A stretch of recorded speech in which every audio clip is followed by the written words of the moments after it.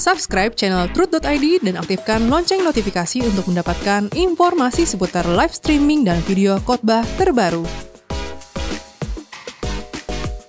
Posisi tombol subscribe berada di kanan atas channel kami dan jangan lupa nyalakan loncengnya.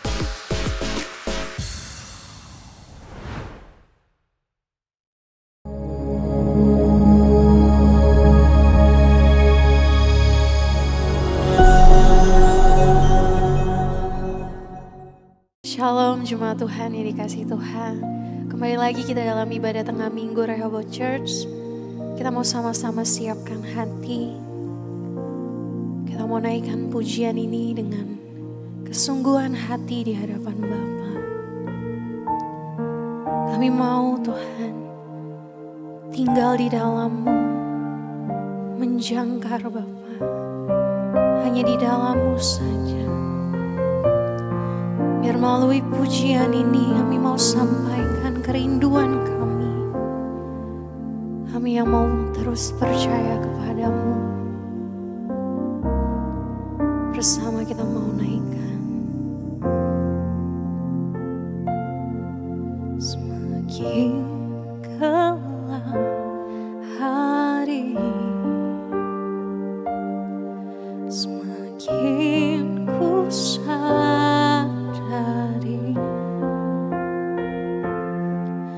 rumahku bukan di sini, di pangkuanmu nanti.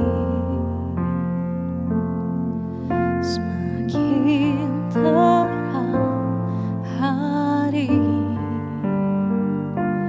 kau kan datang kembali. Bawaku pergi ke sana, tempatku harus berada. Ajarku percaya hanya kepadamu. Ajarku berlindung dalam naunganmu. Ku hidup bagimu, kudus sepertimu. Hidup matiku menjangkar dalam-Mu.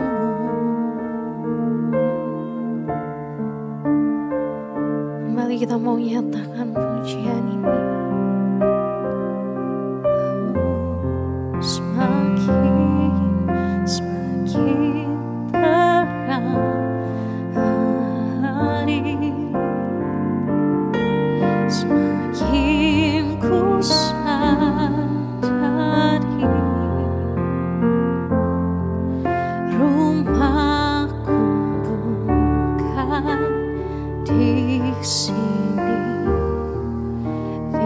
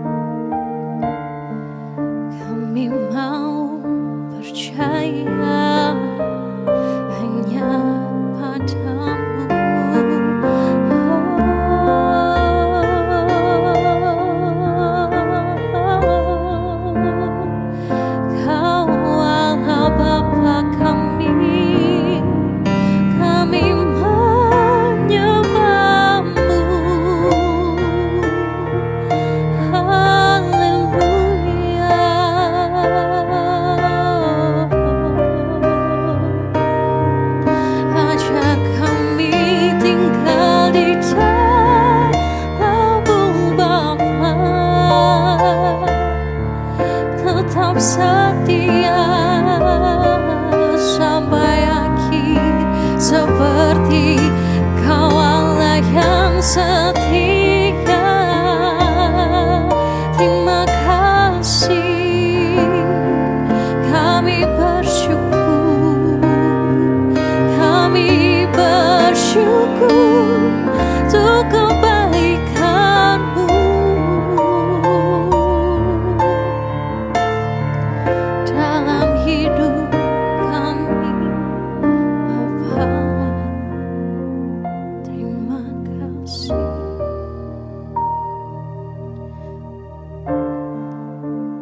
Sungguh kami mengucap syukur, Bapa.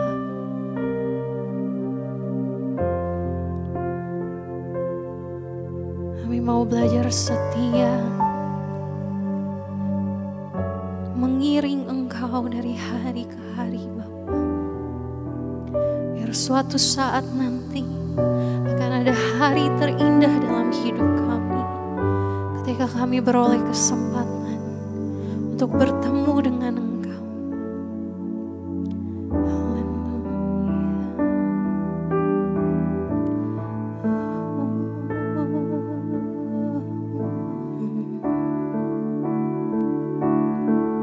Ini kerinduan kami, bertemu muka dengan muka, wajah juru selamatku. Selama ini di bumi Kau ku rindu, kan ku cium kaki-Mu Tuhan, cinta Kau ku bisikan, selamanya di surga melayani-Mu. Bertemu muka dengan muka, wajah juru selamatku. Selama ini di bumi Kau ku rindu, kan ku cium kaki-Mu Tuhan, ku cinta Kau ku bisikan, selamanya di surga melayani-Mu.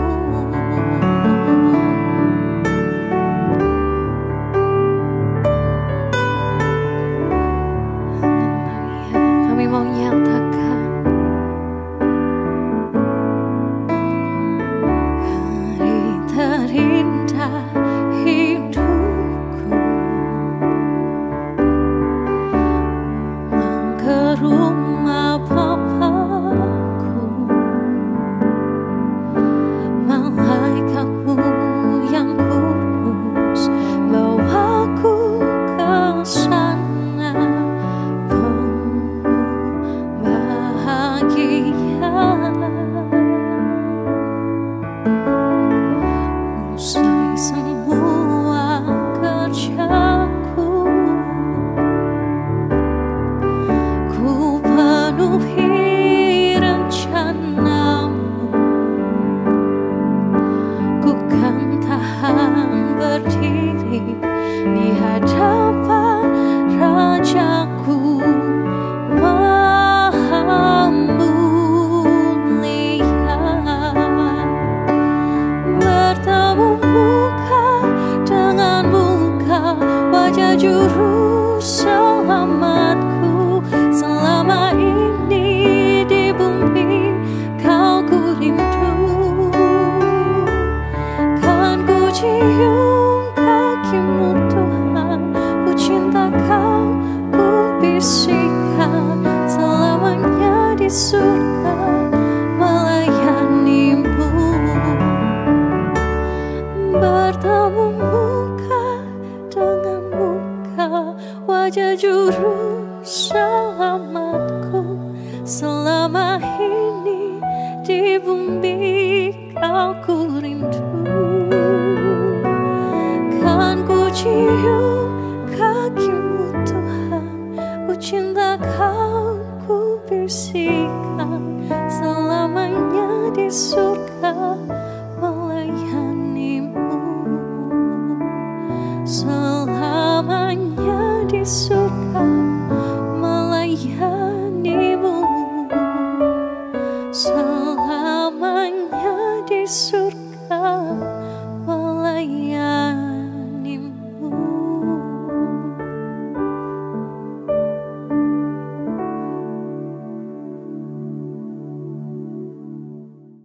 Bapa di sorga, pada kesempatan hari ini kami membuka hati pikiran kami dan Roh-Mu ada di tengah-tengah kami. Ketika kami mendengarkan kebenaran ini, Engkau melingkupi kami dengan kemuliaan-Mu. Berikan kami hati sebagai seorang hamba yang boleh mendengar nasihat kebenaran firman-Mu. Tuhan, urapi hamba-Mu dan tuntun dia untuk menyampaikan sabda kebenaran firman-Mu, agar melalui pemberitaan firman yang akan disampaikan pada kesempatan ini sungguh menjadi berkat bagi setiap yang mendengarkan. Tuhan, bagimulah segala hormat kemuliaan kekal selamanya. Di dalam nama Yesus Kristus kami bersyukur dan kami berdoa. Amin. Shalom Bapak Ibu yang terkasih dalam Tuhan. Pada kesempatan hari ini kita akan berbicara mengenai sang waktu. Kalau kita ditanya atau menjadi pertanyaan besar yang harus kita jawab dengan jujur dan akurat, apa sih yang paling berharga dalam kehidupan manusia saat ini? Tentu banyak orang akan menjawab yang paling berharga adalah harta, kedudukan, kehormatan, pangkat, dan lain sebagainya. Sebab dengan harta yang kita miliki atau kekayaan yang kita miliki, kita bisa melakukan apapun dan kita bisa kemanapun. Tentu ini menjadi daya tarik manusia pada umumnya untuk memiliki harta kekayaan sebanyak-banyaknya. Karena hal ini dianggap bisa memberikan nilai diri kepada manusia. Terus selanjutnya, apa yang menjadi berharga? Tentu kedudukan atau tata. Dengan kedudukan atau tata yang dimiliki seseorang, ia bisa mengatur, bisa memimpin atau memerintah orang lain sehingga ia merasa menjadi seorang yang terhormat dan tersanjung. Dari hal yang saya kemukakan di atas, pada umumnya manusia mengejar hal ini karena hal ini dipandang memberikan nilai tinggi dalam kehidupan manusia, bahkan membuat manusia menjadi agung dan mulia serta menjadi orang yang terhormat. Hal ini dikejar bukan hanya orang di luar Kristen, tetapi kebanyakan orang Kristen terjebak di dalam hal ini, termasuk para hamba Tuhan. Terjangkit dengan virus ini, bagaimana mereka berlomba-lomba menjadi orang yang terkenal, sehingga memiliki nilai diri di mata manusia, bukan di mata Tuhan. Untuk hal ini kita harus belajar apa yang dinasehatkan oleh Rasul Paulus dalam kitab Galatia 1 ayat yang ke-10 dikatakan demikian. Jadi bagaimana sekarang? Adakah ku cari kesukaan manusia atau kesukaan Allah? Adakah ku coba berkenan kepada manusia? Sekiranya aku masih mencoba berkenan kepada manusia, maka aku bukanlah hamba Kristus. Kalau dari hal apa yang dikemukakan oleh Rasul Paulus ini, kalau kita masih terjebak di dalam mencari perkenanan manusia, maka kita bukanlah hamba dari Yesus Kristus. Inilah yang bisa mematikan tujuan pelayanan gereja yang benar. Bagaimana gereja yang benar itu harus mengentaskan manusia dari manusia yang berdosa menjadi manusia yang berkodrat ilahi. Inilah gereja ini dihadirkan untuk mengentaskan manusia, mempersiapkan manusia menjadi manusia yang berkodrat ilahi, sehingga nantinya dipersatukan atau dientaskan menjadi perawan suci bagi Kristus. Tentu muara ini harus menjadi tujuan pelayanan gereja. Bagaimana mengentaskan manusia yang berdosa menjadi manusia yang berkodrat ilahi. Inilah yang harus memberi nilai, memberi dampak di dalam pelayanan kita sebagai hamba Tuhan atau gereja Tuhan pada umumnya. Kalau bukan ini yang kita gulirkan, kita sedang membawa jemaat atau mengiring jemaat kepada percintaan dunia yang merupakan perseteruan dengan Allah. Bapak Ibu yang terkasih dalam Tuhan, apapun yang kita miliki hari ini harus kita sadari semuanya itu semu belaka. Oleh sebab itu jangan kita genggam terlalu erat apapun yang kita miliki seperti pangkat, kedudukan, harta kekayaan, semuanya itu seiring waktu akan habis lenyap. Seperti itulah yang dikatakan oleh pengkhotbah. Di dalam pengkhotbah pasal yang ketiga, ayat yang pertama dikatakan demikian. Untuk segala sesuatu ada masanya. Untuk apapun di bawah langit ada waktunya. Dari hal ini kita menyadari bahwa manusia hidup terikat dalam perjalanan waktu. Tidak seorang pun bisa menghentikan perjalanan waktu. Nilai waktu ini menjadi tidak ternilai kalau kita mengulirkan hidup kita, bagaimana kita membangun relasi dengan Tuhan dari detik ke detik, dari menit ke menit, jam ke jam, hari lepas hari, minggu berganti minggu, agar kita mengerti kehendak Tuhan apa yang mesti kita lakukan. Apapun yang kita miliki tidak bisa membeli waktu. Karena waktu itu nilainya tidak ternilai. Dan nilai waktu ini sesuatu yang sangat luar biasa.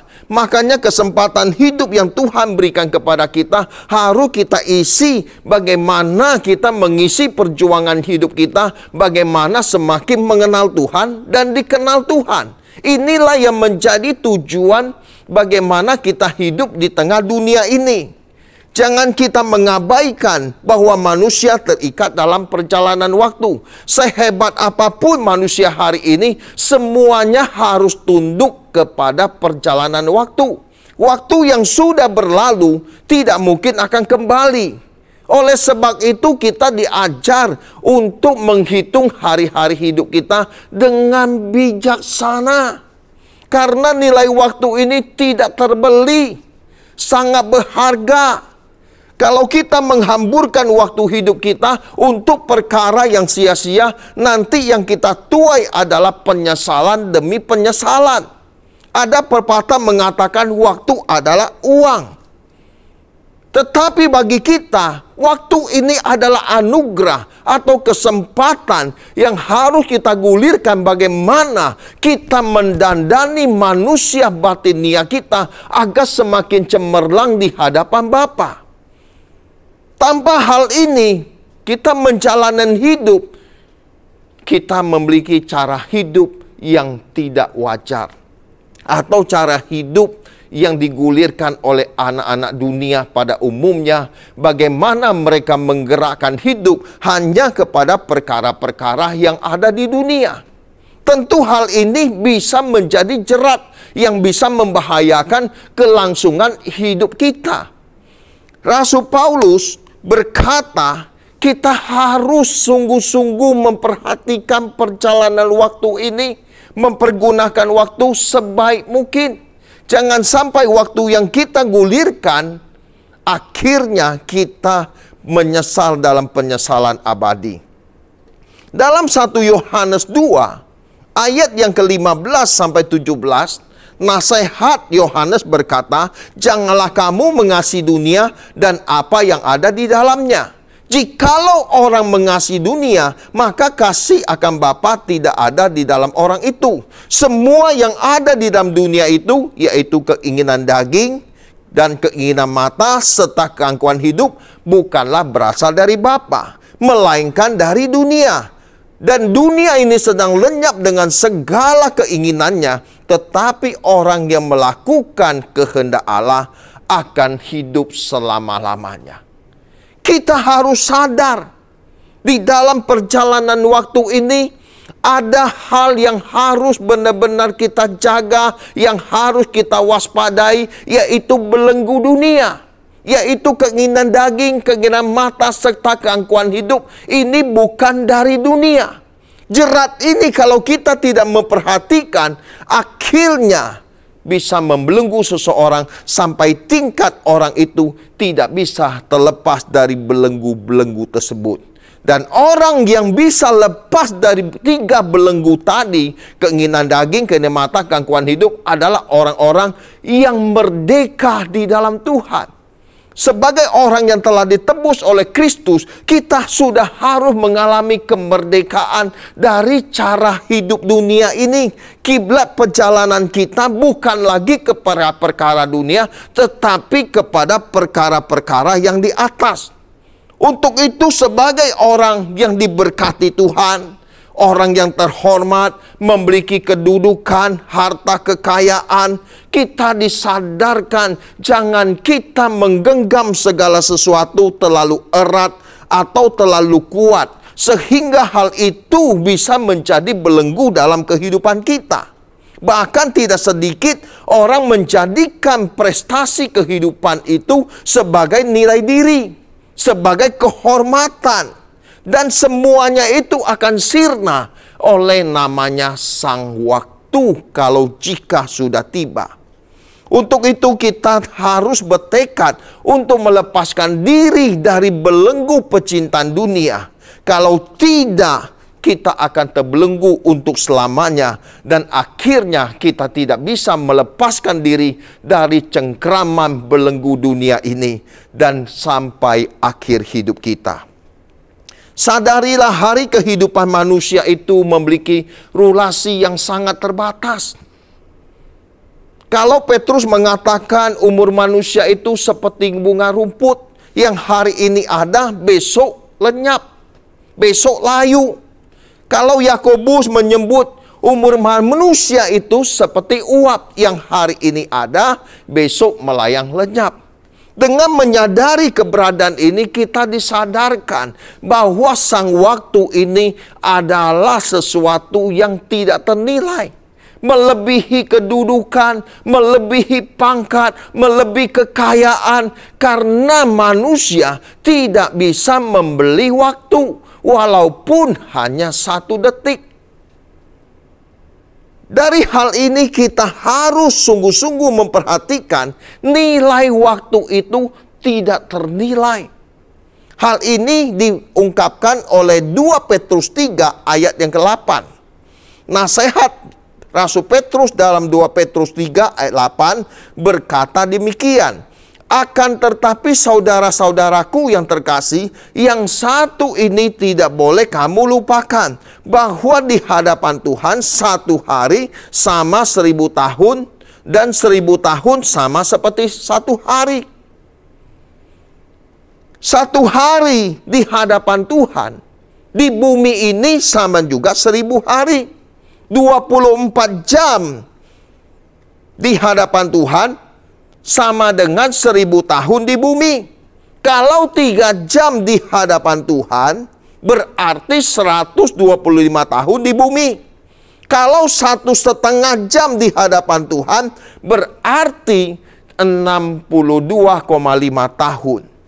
Apabila umur manusia rata-rata 60 sampai 70 tahun masa hidupnya di bumi ini, maka jam kehidupan manusia di hadapan Tuhan hanya 1,5 jam. Betapa singkatnya kita hidup di hadapan Tuhan, hanya 1,5 jam. Kalau umur manusia rata-rata 60 sampai 70 tahun. Dengan singkatnya perjalanan hidup ini, kita mau memperkarakan hidup kita dengan serius di hadapan Tuhan.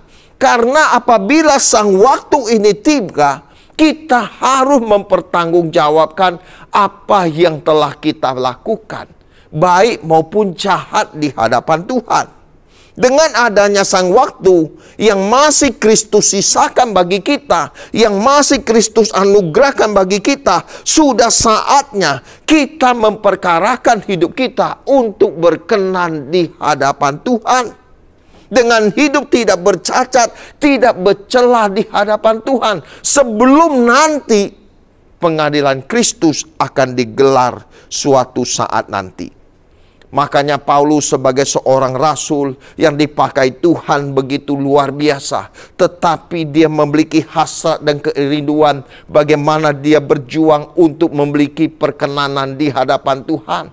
Hal ini dia tuliskan di dalam 2 Korintus 5 ayat 9. Sebab itu juga kami berusaha, baik kami hidup di dalam tubuh ini maupun kami diam di luarnya, supaya kami berkenan kepada Tuhan. Ayat 10. Sebab kita semua harus menghadap tatap pengadilan Kristus, supaya setiap orang memperoleh apa apa yang patut diterimanya, sesuai yang dilakukan dalam hidupnya, baik ataupun jahat. Ini fakta, ini tidak bisa kita hindari. Semua kita akan menghadap pengadilan Tuhan. Dan di pengadilan Tuhan tidak ada yang bisa mendampingi kita. Entah itu istri kita, entah suami kita, entah hamba Tuhan, atau gembala jemaat. Tidak ada yang bisa menemani kita. Kita masing-masing akan berdiri di pengadilan Tuhan untuk mempertanggungjawabkan apa yang kita lakukan.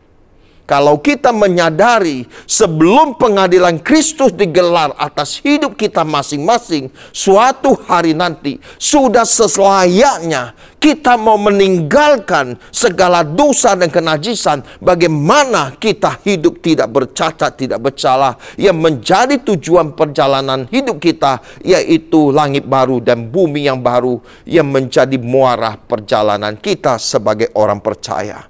Makanya di gereja Rehoboth Church ini diajarkan bagaimana jemaat Tuhan, Bapak Ibu yang terkasih, untuk mempersiapkan hidup kita sejak kita di bumi.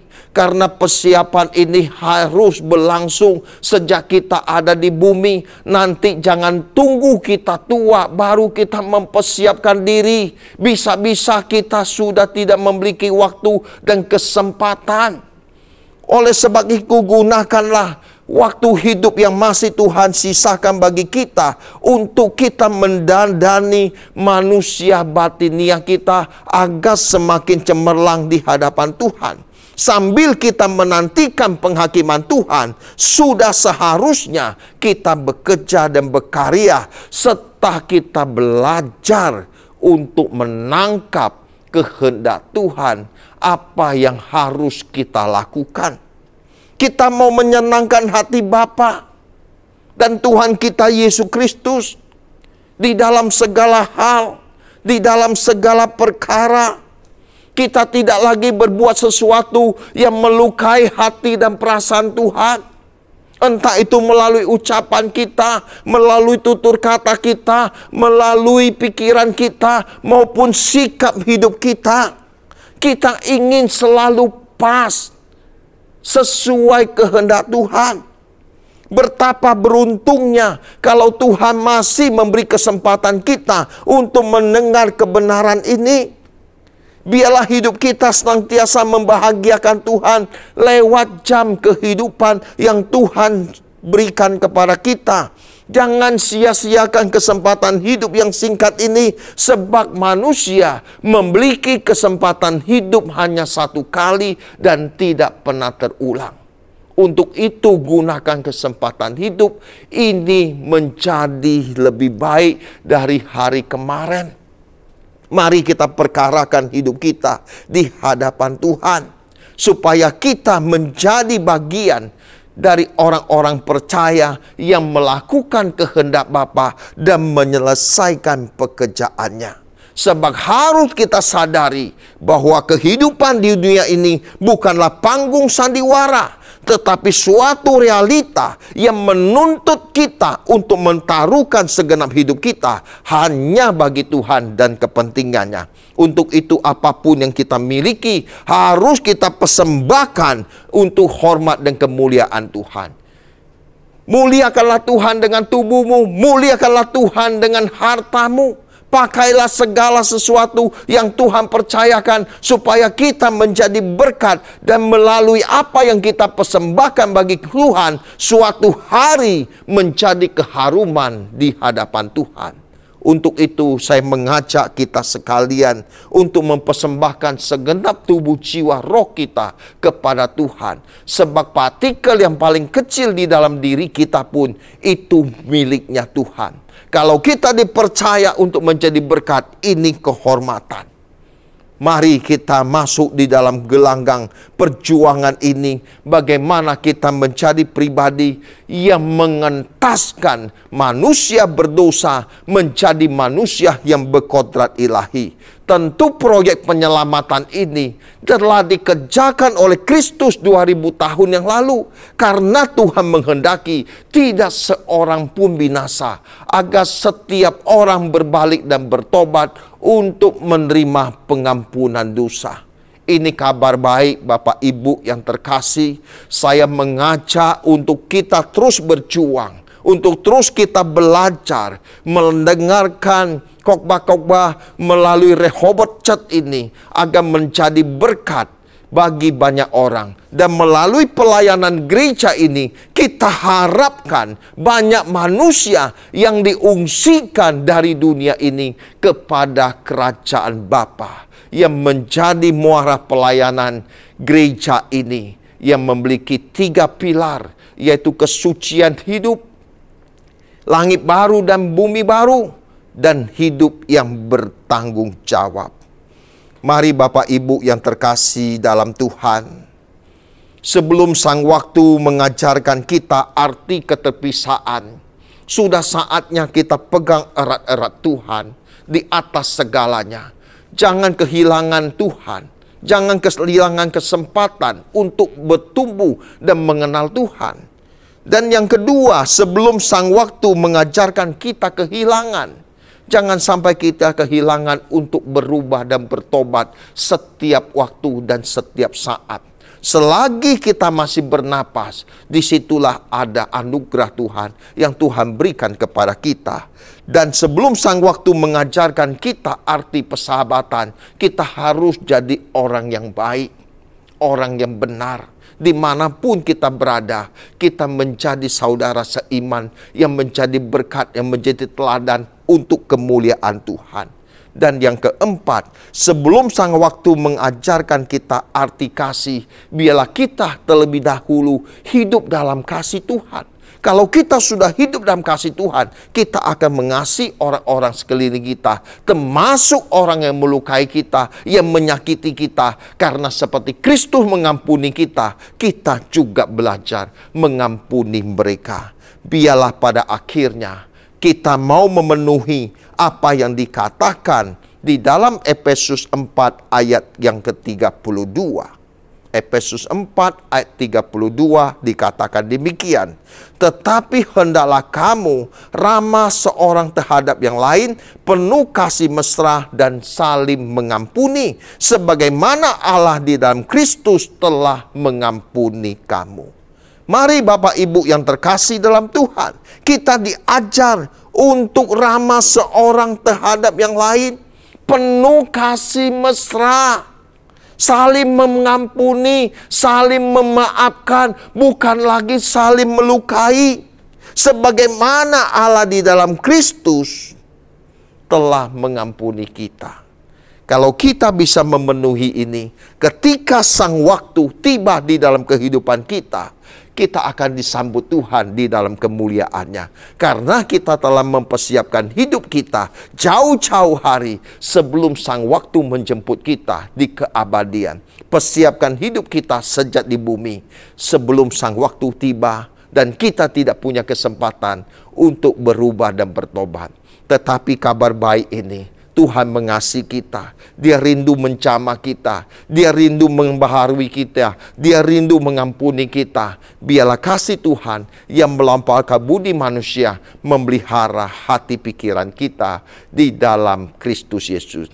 Melalui kebenaran firman yang saya sampaikan ini, kiranya sungguh-sungguh menjadi berkat bagi Bapak Ibu yang terkasih. Dan setialah terus di dalam pelayanan, di dalam mendengarkan khotbah-khotbah yang disampaikan melalui Rehoboth Church ini, dan jadikan ini sebagai gereja terakhir saudara sampai Tuhan datang kembali. Dan melalui gereja ini ada banyak kebenaran-kebenaran yang disampaikan, yang mengubah, yang membawa kita kepada tujuan perjalanan yang benar, bagaimana kita menjadi perawan suci bagi Tuhan. Untuk itu saya menghimbau dan mengajak dengan sungguh-sungguh untuk kita hidup di dalam perjalanan hidup yang singkat ini, untuk hidup berkenan, tidak bercacat dan tidak bercela.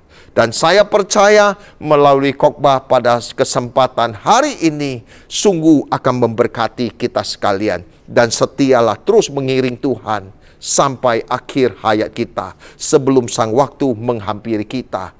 Dan kita sudah mempersiapkan hidup kita jauh-jauh. Dan saya percaya kemuliaan Tuhan, kasih Tuhan, penyertaan Tuhan tidak pernah berhenti atas hidup kita. Dan yang terakhir, hiduplah takut akan Tuhan senantiasa. Karena dengan takut akan Tuhan, inilah yang menjadi tekad kita, komitmen kita. Supaya kita benar-benar hidup tidak bercacat, tidak bercelah. Makanya Salomo di dalam akhir hidupnya dia berkata, segala sesuatu adalah kesia-siaan dan di atas kesia-siaan. Dia seorang yang kaya, memiliki segala sesuatu. Tetapi dia memberikan pesan yang luar biasa. Dia sadar apapun yang dia miliki, semuanya akan dilepaskan. Sebagai seorang raja yang terhormat, yang memiliki kekayaan yang melimpah. Tetapi di ujung perjalanan dengan ilham roh dia bisa menuliskan segala sesuatu adalah kesia-siaan dan di atas kesia-siaan. Dan milikilah hati yang takut akan Tuhan. Kalau kita menangkap pesan ini, kita akan dikategorikan sebagai orang yang cerdas dan bijaksana. Kiranya melalui pesan ini Tuhan memberkati dan menyertai kita semua. Amin. Amin. Mari Bapak Ibu yang terkasih, kita berdoa terlebih dahulu sebelum kita mengakhiri ibadah kita dalam Rehoboth Church pada kesempatan ini. Bapa di sorga, hamba percaya apa yang telah hamba sampaikan kiranya menjadi berkat setiap orang yang mendengarkan. Tuhan, Engkau menjamah dan menyadarkan kami betapa tidak ternilainya waktu yang Tuhan berikan kepada kami. Kami mau menggunakan setiap waktu kesempatan yang Tuhan berikan untuk menjadi pribadi yang semakin berkenan di hadapan-Mu. Roh Kudus tuntun kami dan bawa kami. Semakin kami mengalami perjumpaan dengan Tuhan lewat waktu hidup yang masih Tuhan sisakan bagi kami. Dan ampunilah kami Tuhan atas segala dosa kesalahan kami. Jika Engkau dapati kami tidak berkenan, biar hari ini menjadi tekad kami, komitmen kami untuk meninggalkan cara hidup kami yang lama. Dan kami mau hidup di dalam kebenaran-Mu. Dan kami percaya Roh Kudus yang akan menolong dan mendampingi kami. Horabahasiko nama hata nama kuranana. Herohosonia nama kata kalamaya syakar. Biarlah kemuliaan-Mu Tuhan melingkupi setiap kami dan membawa kami semakin bertumbuh di dalam kesucian dan pengenalan akan Tuhan. Kami bersyukur Tuhan. Di dalam nama Tuhan Yesus Kristus kami bersyukur dan kami berdoa. Amin.